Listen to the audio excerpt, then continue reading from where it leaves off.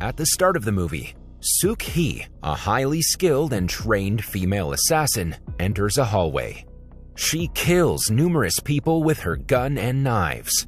She then enters a room where she kills the boss, Park, and his henchmen using her combat ability.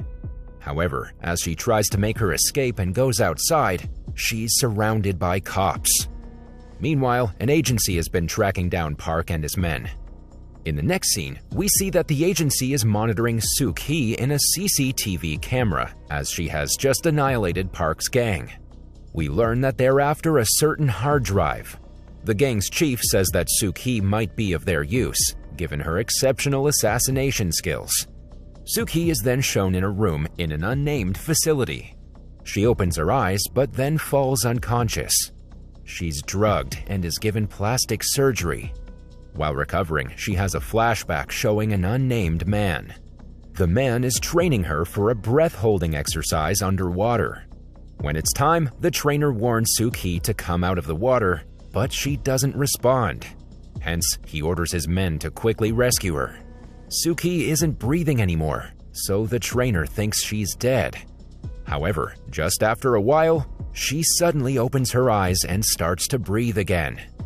Turns out she was just teasing her trainer. This shows that Suk-hee is very good at holding her breath. The movie then shifts to the present, where the facility authorities are waiting for Suk-hee to regain consciousness. When she doesn't respond, the authorities decide to discard her. Suk-hee realizes this is the opportunity for her to strike, so she attacks them and escapes the room. When she's surrounded by more people, she holds one of them hostage and threatens to kill him with a knife. Next, she runs down through corridors, jumping from room to room to find the exit door. However, she only stumbles upon a strange group of people. Some are practicing ballads while others are learning cooking. All of these people only tell her that she cannot leave the facility. When attempting to escape, Suk-hee comes across a makeup room, where a woman tells her that she knows the way to the exit door.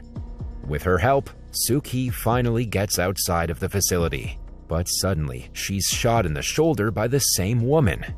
The facility turns out to be part of South Korea's intelligence agency and is run by the same woman. The name is Chief Kwon-suk. When Suk-hee regains consciousness, Kwon-suk tells her that they've given her a new start and have faked her death.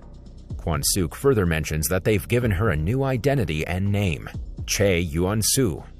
Suk-hee says she doesn't care and wants to die, but Kwon-soon responds that when she and her team examined Suk-hee's body, they discovered she was pregnant. She then offers her a deal. Suk-hee will have to work as an agent for 10 years, and in exchange, she will be released. The latter doesn't want to oblige, but since she has a child on the way, she reluctantly agrees. Next, her training begins, starting with fighting classes as well as acting lessons. While in training, Suk-hee also gives birth to a daughter, whom she names Eun-hye. The facility authorities want to give Suk-hee a completely new identity, so they also have her tattoo removed. During the process, she has flashbacks of the unnamed trainer giving her the shoulder tattoo when she was 20 years old.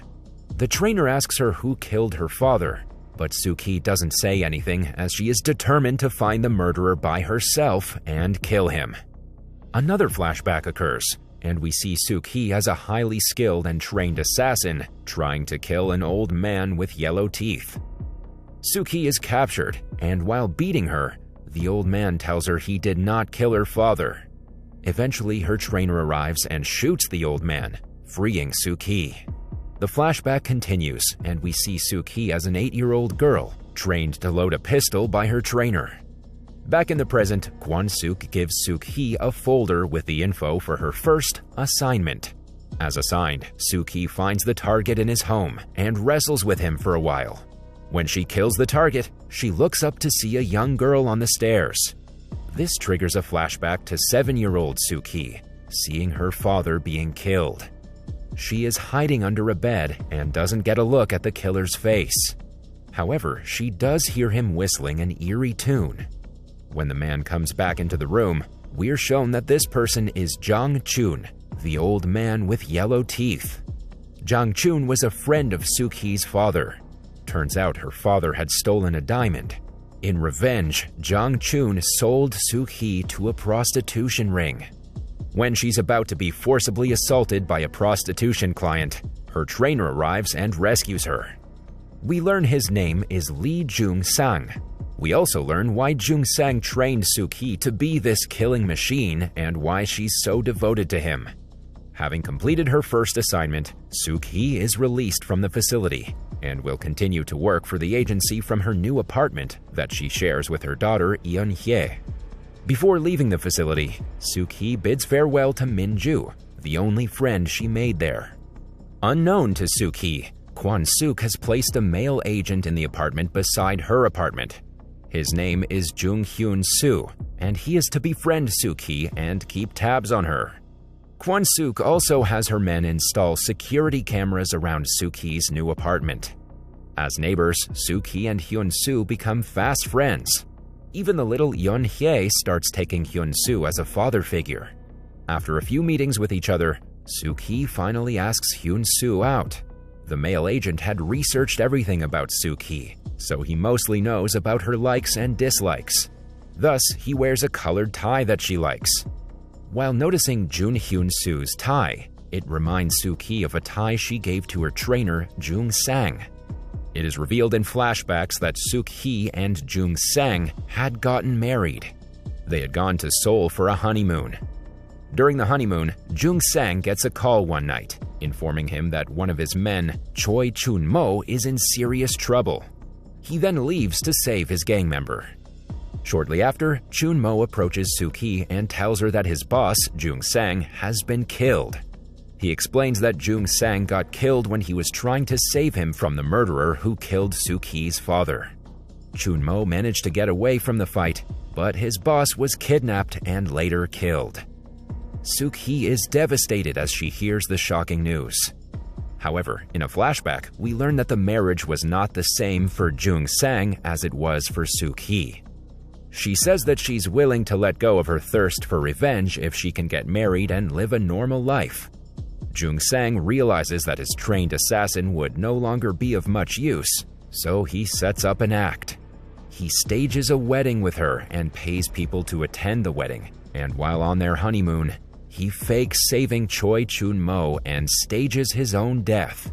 Thus, we learn that his death was just an act. When Chun-mo tells Suk-hee that her husband is dead, she loses her mind and goes on a killing rampage, taking out the whole gang who she thinks is behind Jung-sang's death. That is, Park's gang. However, in addition to faking his own death and getting away from her, Jung-sang was so cruel that he wanted his wife dead, hoping to get rid of her forever. He had expected Suk-hee to be killed in the process, considering the sheer number of Park's men. Obviously, mere street fighters are no match for our well-trained assassin. Thus, she kills all of them. This killing scene is the opening of the movie, where Suk-hee annihilated all of Park's men. Back in the present, Suk-hee and Hyun-soo return home after their date. It's evident that both of them have developed feelings for each other, although Hyun-soo was spying on him. Before entering her apartment, Suk-hee reveals that her husband died years ago. The pair then expresses their feelings for each other and share a kiss. Just then, Suk-hee gets a call from Min-ju, who has just got into an accident. She rushes to her friend, only to find out that Min-ju was just lying. She's actually here for her first assignment and needs Suk-hee's help. For her assignment, Min-ju has to retrieve a mobile phone from the target. The two women disguise themselves as restaurant servers and approach the target. While Min-ju distracts the target, Suk-hee attempts to get his phone. Suk-hee succeeds in stealing the phone, but she's soon caught. The target and his men discover Suk-hee and Min-ju's real identity as spies, so they attack them. In the ensuing fight, Min-ju is injured very badly. Overcome with vengeance, Suk-hee transforms into her assassin form and attacks the opponents with all her might. However, she's overpowered by the men, so she carries Min-ju's lifeless body and goes outside. Just then, Kwon-suk arrives at the scene and learns of the situation. She tells Suk-hee that they cannot hope much for Min-ju as her injury is fatal. Suk-hee begins wailing helplessly, realizing that her only friend cannot be saved. Setting aside her emotions, Suk-hee retrieves the phone from her target and kills them as per Kwon-suk's order. Elsewhere, it's revealed that the information from the phone has documents about Choi Chun-mo, who has now become a gang leader. At the movie's start, when Suk-hee had gone to kill Park's men, Chun-mo was the one who stole the hard drive. Kwon-suk and the agency are worried that since Suk-hee knew him, she may be a double agent. In the following days, Suk-hee continues to live at the apartment. The love between her and Hyun-soo deepens, so they plan to get married soon. Suk-hee reveals her marriage plans to her agency chief, Kwon-suk, who also agrees to arrange the wedding for her. However, Suk-hee has to work for the agency until her daughter is 15 years old. The agency has also figured its next target for her. Kwon-suk wants to do an assassination from a wedding catering company, so decides to arrange a wedding between Hyun-soo and Suk-hee from that company. In the next scene, we see that the agency pays people to attend the wedding. Meanwhile, Suk-hee in her wedding gown aims a rifle out a window at her target. She fires 2 shots but misses the target due to his constant movement. When she zooms in on the rifle scope to have a clearer vision, everything around her pauses for a moment. Her target is none other than her late husband, Jung Sang. Suk-hee can't kill him, shocked that he's still alive. In the meantime, Jung Sang tracks the location from which the shots came and identifies Suk-hee. Later, he follows her to a restaurant and confronts her with his gun. However, Suk-hee pretends that she doesn't know him. Jung Sang takes off but manages to tape a conversation between Hyun-soo and Chief Kwon-suk, where the former is reporting to her about Suk-hee. The following day, Jung Sang sends the taped conversation to Suk-hee. The conversation reveals that Hyun-soo is actually an undercover agent, assigned to keep tabs on her. Suk-hee tears up and begins to cry because of the betrayal. She starts wondering if Hyun-soo ever loved her. In the next scene, the agency takes Suk-hee into custody after learning that she was in touch with Jung Sang. Elsewhere, Jung Sang's gang gets to Hyun-soo and Yoon-hye in the apartment.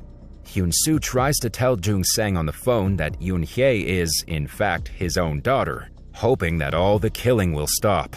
However, Jung Sang doesn't care, and he orders Hyun-soo to kill the kid in exchange for his own life.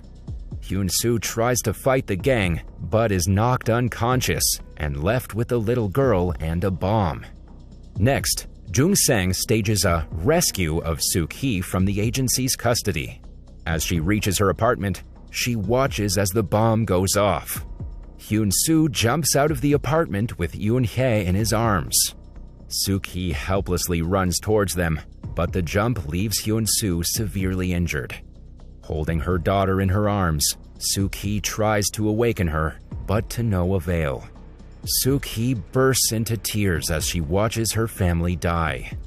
As she tearfully asks Hyun-soo who's behind all of this, he tries to catch his last breath and tell her the truth, but sadly, he succumbs to his injuries. Suk-hee thinks it's the work of the agency. In the next scene, we see her confronting Kwon-suk, but the chief finally reveals the bitter truth to her. Hyun-soo had found Jang Chun, the old man with yellow teeth, who is also Suk-hee's father's friend and got to know everything. This interview was recorded on surveillance tape. Kwon-suk then plays the tape for Suk-hee. Turns out Jung Sang was the real culprit who killed Suk-hee's father. Consumed with rage, she tracks him and his gang to a parking garage. She kills all the gang members and confronts Jung Sang. However, he escapes to the street and meets his remaining gang members, and they speed off in a passenger bus. Adamant on getting revenge, Suk-hee chases after them. She catches up to the bus, boards it, and once again attacks them. Once she's done killing Jung Sang's men, she attempts to kill her ex-husband. The pair duel for a while, and both of them are severely injured. Having no choice, Suk-hee grabs an axe and slashes the bus driver's hand, causing the vehicle to crash. The crash knocks out everyone on board. Thankfully, Suk-hee regains consciousness before Jung-sang does and corners him. When he wakes up, she has an axe over his head, waiting for the right time to kill him. Being vulnerable at the moment, Jung-sang has no choice but to surrender. He accepts killing Suk-hee's father as he puts his head down and starts whistling an eerie tune, the same tune she had heard when the murderer killed her father. Initially, Suk-hee's hand shakes when she raises the axe. Jung-sang belittles her for being a coward. After all, she did love him truly. In the final scene, Suk-hee comes back to her senses. Once again overcome with vengeance, she finishes off Jung-sang and walks out of the wreckage with the police surrounding her.